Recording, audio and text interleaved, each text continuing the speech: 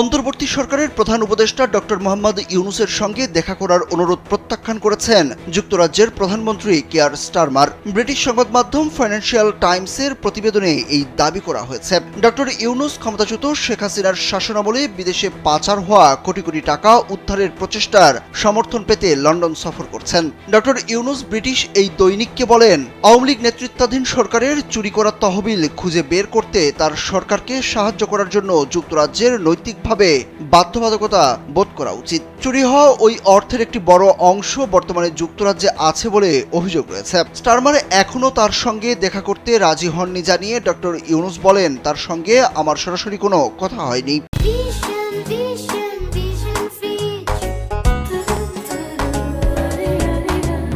তিনি আরও বলেন, স্টারমার বাংলাদেশের প্রচেষ্টাকে সমর্থন করবেন, এতে কোনো সন্দেহ নেই। ফাইন্যান্সিয়াল টাইমসের রিপোর্ট অনুসারে ডক্টর ইউনূসের সঙ্গে দেখা করার কোনো পরিকল্পনা স্টারমারের নেই এবং তিনি এই বিষয়ে মন্তব্য করতে অস্বীকৃতি জানিয়েছেন।